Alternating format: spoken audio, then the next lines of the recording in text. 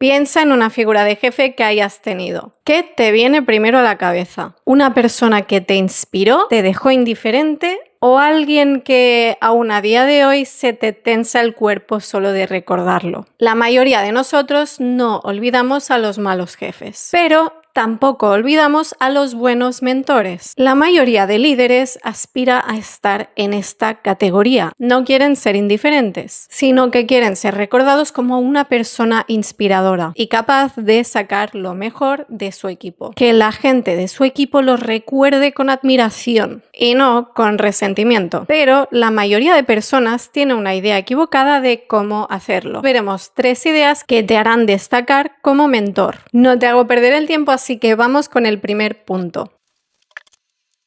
En el primer punto vamos a ver dónde ponen el foco la mayoría de líderes de equipo y dónde deberías estar poniendo el foco tú si quieres ser un mentor que todo el mundo recuerda.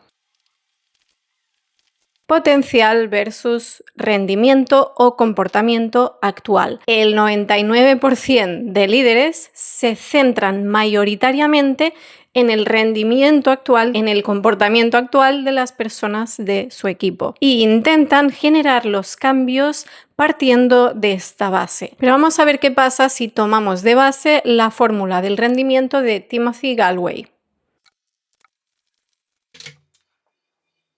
El rendimiento actual de las personas se define como su nivel de potencial menos el nivel de interferencias que están teniendo. Muchos líderes asumen que el rendimiento actual da algún tipo de información sobre la capacidad, el potencial de la persona. Y esto es un error. Se focalizan sobre todo en el nivel de rendimiento actual. Pero cuando nos entrenamos a poner el foco en el potencial de las personas, lo que ocurre es que estamos viendo algo que la otra persona muy probablemente no esté viendo. Y no lo está viendo seguramente por eso.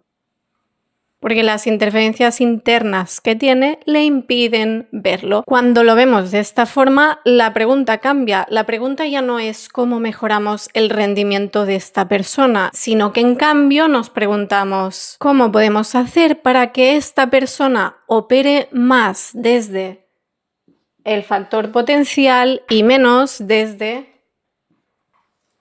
el factor interferencias. ¿Cómo le damos más poder a su potencial y menos poder a sus interferencias? Porque si conseguimos esto, su rendimiento se elevará por sí solo. Además, lo bonito de verlo de esta forma es que cuando ves a alguien con muy bajo rendimiento, pero este bajo rendimiento se debe a que tiene muchísimas interferencias, en vez de fijarte en que esta persona tiene bajo rendimiento y será muy complicado multiplicarlo, lo que vemos es que esta persona tiene un potencial de cambio enorme. Se convierte en un reto muy bonito y muy agradecido porque si reducimos la gran cantidad de interferencias que tiene, su rendimiento muy probablemente se dispare. Los mentores extraordinarios apuestan por personas que muchas veces, si lo evaluáramos como hace todo el mundo, pues seguramente parece que no tienen mucho potencial. Lo que los grandes mentores ven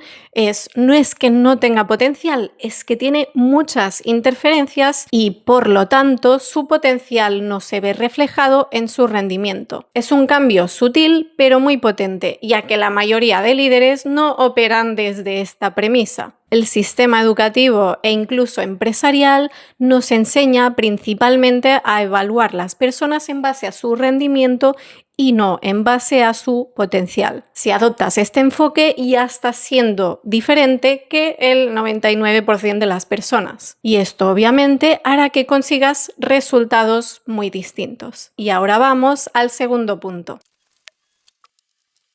¿Cómo transmitir ese potencial al otro? ¿Cómo ponerle foco a este potencial reduciendo el foco en su rendimiento, en sus interferencias? Para contestar a eso voy a usar la respuesta de un Zen Master moderno de cuando le preguntaron cómo transmitía sus enseñanzas a sus alumnos. Dice así: hay algo despierto dentro de mí que en la mayoría de las personas está dormido.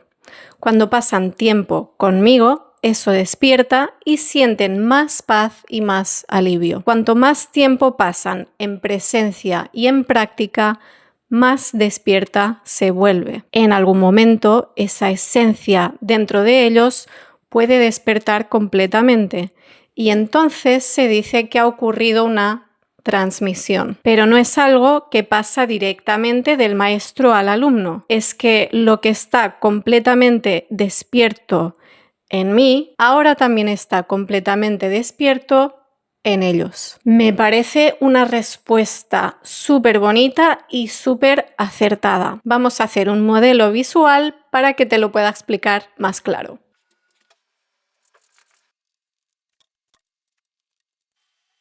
Podemos ver en este modelo que inicialmente el mentor, el maestro, el líder de equipo, tiene acceso a un conocimiento, a un nivel de comprensión que la otra persona no tiene acceso. Entonces, el objetivo es transmitir este conocimiento a la persona. Lo que hacen la mayoría de líderes de equipo es intentar transmitir este conocimiento de una manera directa.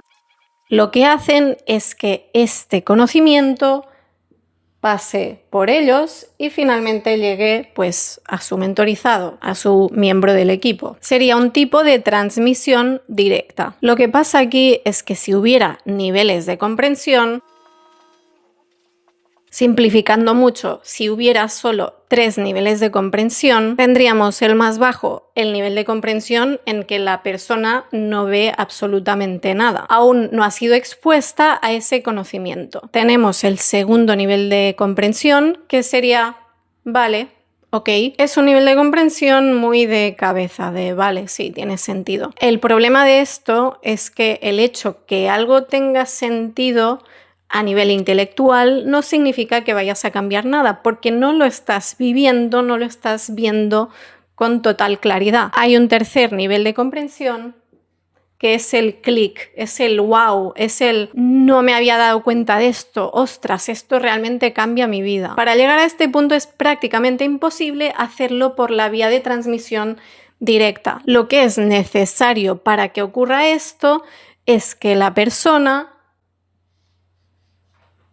acceda a ese conocimiento en primera persona. Necesita tener un momento clic más allá de simplemente entender algo intelectualmente. En este tipo de transmisión, el mentor está señalando el conocimiento para que la persona acceda a él, pero no está intentando ponérselo en bandeja, porque sabe que no funciona, que no tiene impacto. Así que la pregunta que nos queda nos lleva al punto 3. ¿Cómo facilitar la transmisión? Y la respuesta es que no es fácil, pero es simple. Claridad primero, transmisión después. ¿Qué significa esto? Pues que tenemos que entender en qué momentos vamos a tener mayor probabilidad de generar, de facilitar estos momentos clic. Obviamente, un momento clic no depende de nosotros, pero lo que sí podemos saber es que hay momentos en los que es mucho más probable que ocurran. Y esos momentos se definen por 2 factores, tu estado mental y el estado mental de tu mentorizado. Hay un motivo por el que tenemos mejores ideas en la ducha que en la oficina, y ese motivo es nuestro estado mental. Vamos a ponerlo en una fórmula.